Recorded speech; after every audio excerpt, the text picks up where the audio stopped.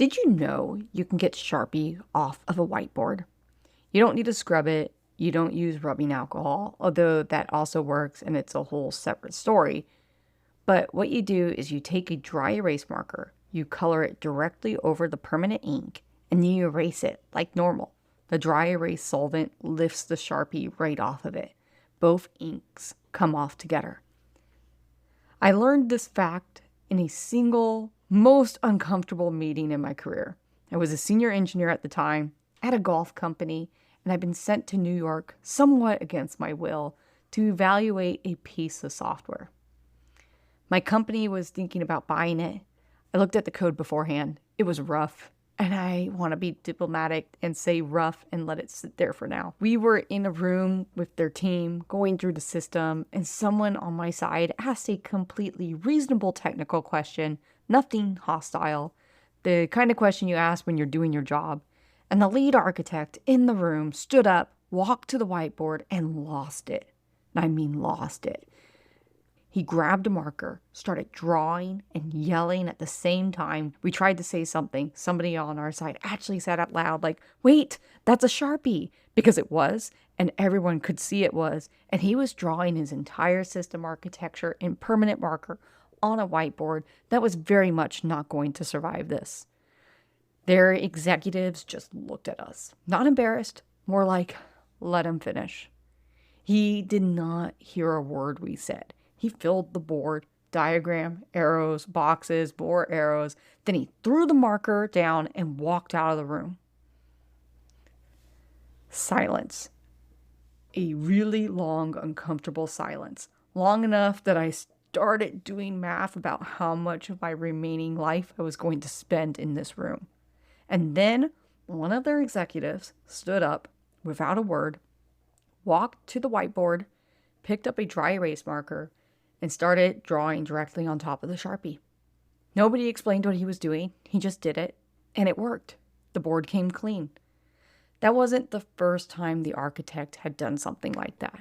And I found that about 90 seconds later, because while their exec was midway through the trick, one of the other executives leaned over to us and said, completely casually, "Oh, he does that a lot." I remember sitting there thinking, I don't fully understand what I just watched. I have a recommendation to write, and it's not going to be complicated, but I'm fairly sure the recommendation is not actually the point of this trip. And it took me years to understand exactly how right that instinct was. Welcome back to Chaotic Commits. I'm Joanne Skiles, and today I want to tell you about the time I flew to New York to evaluate a piece of software, watched a grown man draw out his own diagram in real time with his own rage, and then spent the next several years of my career figuring out why none of that mattered. Today's episode really isn't about the whiteboard, although it was a funny moment in retrospect, and I promise we will go back to the whiteboard scene. But the real point is what happened in that trip to New York. The question I think a lot of engineers run into eventually, and usually the hard way. What do you do when you did your job correctly, you gave the right answer, and the organization did the opposite thing anyway? And spoiler, sometimes it's because you weren't actually being asked the question you thought you were being asked. So let's get into it. So, some context on the company I was at during all of this. It was a golf company, one that had built a real-time based inventory system of its own, tee times essentially, treated the way an airline treats seats. You have a finite number of slots. They expire the second the window passes. And if you don't sell a 7:14 a.m. tee time by 7:14 a.m., that inventory is gone forever. No back order, no rain check. It either sold or it didn't. And we were good at this. We were frankly the team other people asked about time-based inventory, which matters because it's the exact lens I walked into that New York meeting with. The company we were evaluating made a point of sale software for country clubs, not just golf. Golf and the restaurant. One system doing tee times and dining service. Which, if you think about it for even a second, it's a strange pairing. A tea time is a hard, discrete, disappearing slot. 7:14 a.m. 4 golfers. Gone the second it passes unsold. A restaurant table is not that. A table sits for however long the party wants to sit there. Someone orders an appetizer and then they design on a second round. Then the kids want dessert. Then somebody wants to split the check 4 ways and put 2 of the 4 ways on a separate room charges. A table doesn't expire on a timer. It turns over based on human behavior. And it's editable up until the second the final payment closes it out. Trying to run both of those through the same inventory model is like designing one set of traffic lights to control both a highway on-ramp and a 4-way stop in a neighborhood. Technically, both are traffic. Practically, they are different problems wearing the same word. I read through their code before I ever got on the plane, and I could already tell that it's roughly what had happened. The system read like tea time logic that dining service had been bolted onto afterward, instead of a system that had been designed to hold both from the start. Rough is the diplomatic word I used earlier. What I actually wrote in my notes on the flight was closer to, I don't understand how this doesn't break constantly, which, foreshadowing, it did. Nobody had fully explained to me why I was on this trip. I've been told, go evaluate the software, tell us if it's any good. I assumed that meant my opinion on the software was the thing that mattered to the decision. And I want you to hold on to that assumption. We're going to come back to exactly how wrong it was. So let's go back to the whiteboard. We're in the room. Their team is walking us through the architecture. And because we built a real time-based inventory system ourselves, we knew exactly which question to ask.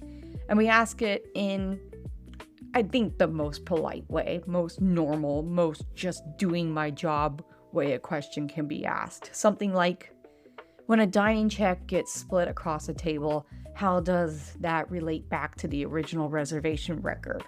What's the actual relationship in the data model between a tea time slot and the restaurant check? That's it. That probably was the whole question. It might be even actually more wordier. And I watched a man's face change in real time. Not confusion, recognition. The specific look of someone who's been asked the one question they have spent a long time hoping no one would ask, by someone who clearly already suspects the answer. He stood up. He went to the whiteboard. He picked up the nearest marker, and it happened to be a Sharpie, and none of us clocked that fast enough to matter. And then he started drawing his architecture while yelling at increasing volume about how people don't understand the complexity of what he built, about how everyone always underestimates this system, about, and I'm not exaggerating the register here, things that sounded a lot like personal grievances that had nothing to do with tea times or cheeseburgers. And we said, wait, that's a Sharpie. I think twice, actually. He did not hear either time. Their executives had the exact expression of people watching a fire they've watched before. Not alarmed, just, there it goes again. Nobody moved to stop him. Nobody looked surprised. He filled the entire board. A genuinely elaborate diagram, boxes and arrows drawn at speed, narrated at volume, in permanent ink on a whiteboard that belonged to a room he presumably had more meetings in after ours. Then he threw the marker down on the table hard enough that it bounced and walked out. I have sat in a lot of quiet rooms in my career. This was a specific flavor of quiet. Nobody on our side wanted to be the first to speak because nothing that could be said out loud was going to be professional. And then one of their executives stood up, walked over, picked a dry erase marker off of the tray like it was just a normal Tuesday and started coloring over it. No announcement, no, don't worry, I got this, just methodical, practiced, over-the-top fresh ink, then erased the whole thing. While he was mid-stroke, the other executive leaned towards us almost cheerfully and said, oh, he does that a lot. Not defensive, not apologetic, just information. Like he was telling us the elevator sticks on the 3rd floor. And that's the detail I want you to hold on to, because it was doing more work than the yelling is. The yelling was one guy's bad day or bad decade. He does that a lot, setting the tone by his own leadership in front of people who value whether to buy the company. It's an organization telling you exactly what it's decided to live with. So I went home and wrote my recommendation. It was short. Don't buy this. The architecture doesn't hold up. The team dynamic around it is worse than the architecture. And I said so plainly. And then we bought it anyway. For a long time, I thought this meant my recommendation hadn't been good enough, that I hadn't made the technical case clearly, or I hadn't flagged the severity properly, or that leadership simply hadn't understood what the data model doesn't cleanly separate reservations from checks actually meant in practice. None of that was it. What actually happened in the years after close was what you would expect from a system the way I described. It broke constantly, in the specific way that a system breaks when two incompatible models have been forced to share a spine. Checks that didn't reconcile with reservations, billing errors at the point where the dining parties tab was supposed to hand off cleanly to whatever teen time side of the system thought was happening. The kind of bugs where the fix for one country club's specific setup didn't generalize to the next club, because nothing about the underlying model had ever been generalized in the first place. It was so fragile that we ended up building a dedicated internal team whose entire job, 4 years, was traveling to country clubs to keep this specific system running, not improving it, not modernizing it, showing up in person when it broke, because it broke in ways that were hard to diagnose remotely and easy to make worse if you touched the wrong part of it from a distance. Eventually, it got rewritten. Eventually, it got absorbed properly into the rest of our system, and eventually is doing a lot of work in that sentence. It took years. So here's the question I sat with for a long time. If the recommendation was accurate, and the aftermath proved it was accurate, why did we buy it? The answer, once I actually let myself see it, is that the recommendation was never what the deal hinged on. We didn't buy that company for the software. We bought it for the client list.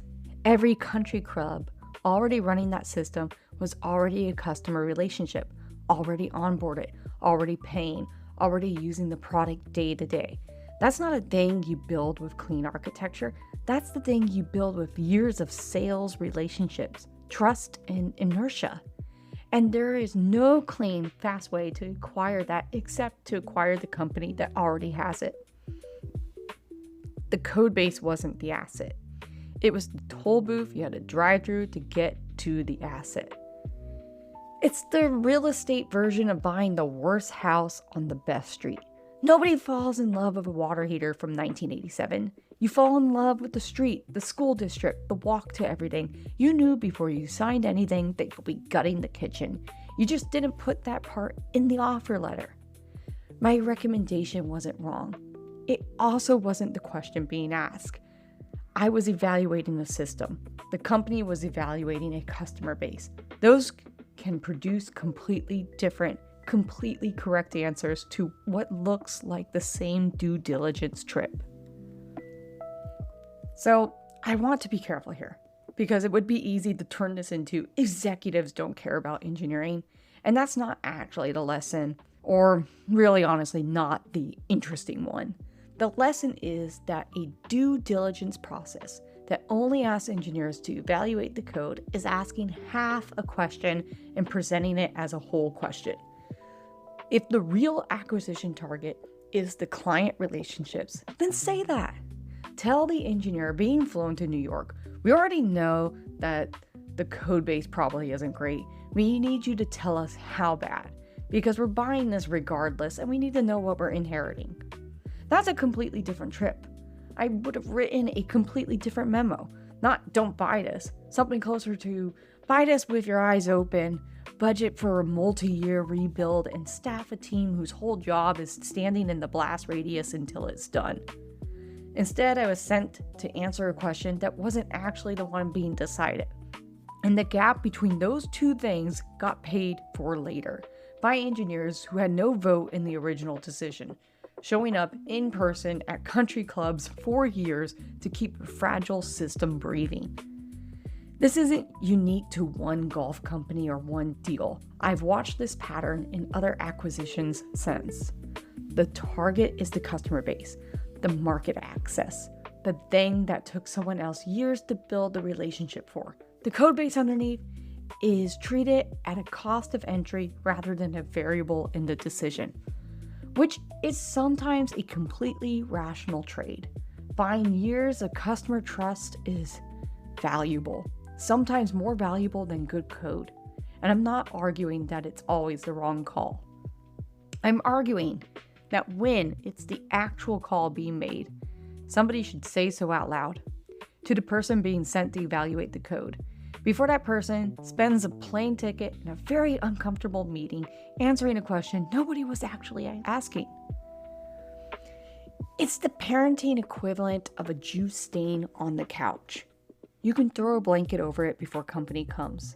Nobody at the dinner party sees the stain. It is, however, still very much there. And at some point, you either clean it properly or you accept you're buying a new couch. What you don't get to do is pretend the blanket was the fix. So here's what I actually took from that trip, once I stopped being annoyed at that my very correct memo got ignored. The code base was never going to be the deciding factor. And that's fine, as long as somebody is honest about what the deciding factor actually is. The failure wasn't the decision to buy a messy system for a good client list. Companies do that trade all the time, and sometimes it's the right one. The failure was running a whole evaluation process that pretended the code was the question, when the code was already a foregone conclusion and the real question was being answered somewhere else entirely. If you're the one being sent on that trip, ask directly before you get on the plane, is my recommendation actually going to change the outcome here, or am I going to be sent to size the cleanup? Both are legitimate things to be asked to do. Only one of them is what most people assume when someone says, go evaluate this. And if you're the one making that call, tell the person you're sending. Let them write you the memo you actually need instead of the memo you asked for. You can cover a mistake. You can even cover it cleanly, so cleanly nobody at the table can tell it happened. I watched a man do it with a dry erase marker in about 90 seconds. But covering it and resolving it are two different verbs, and only one of them means the ink is actually gone. That's this episode of Chaotic Commits.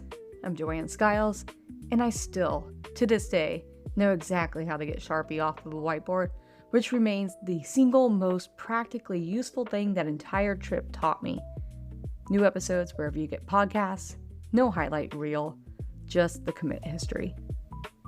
I'll see you in the next one.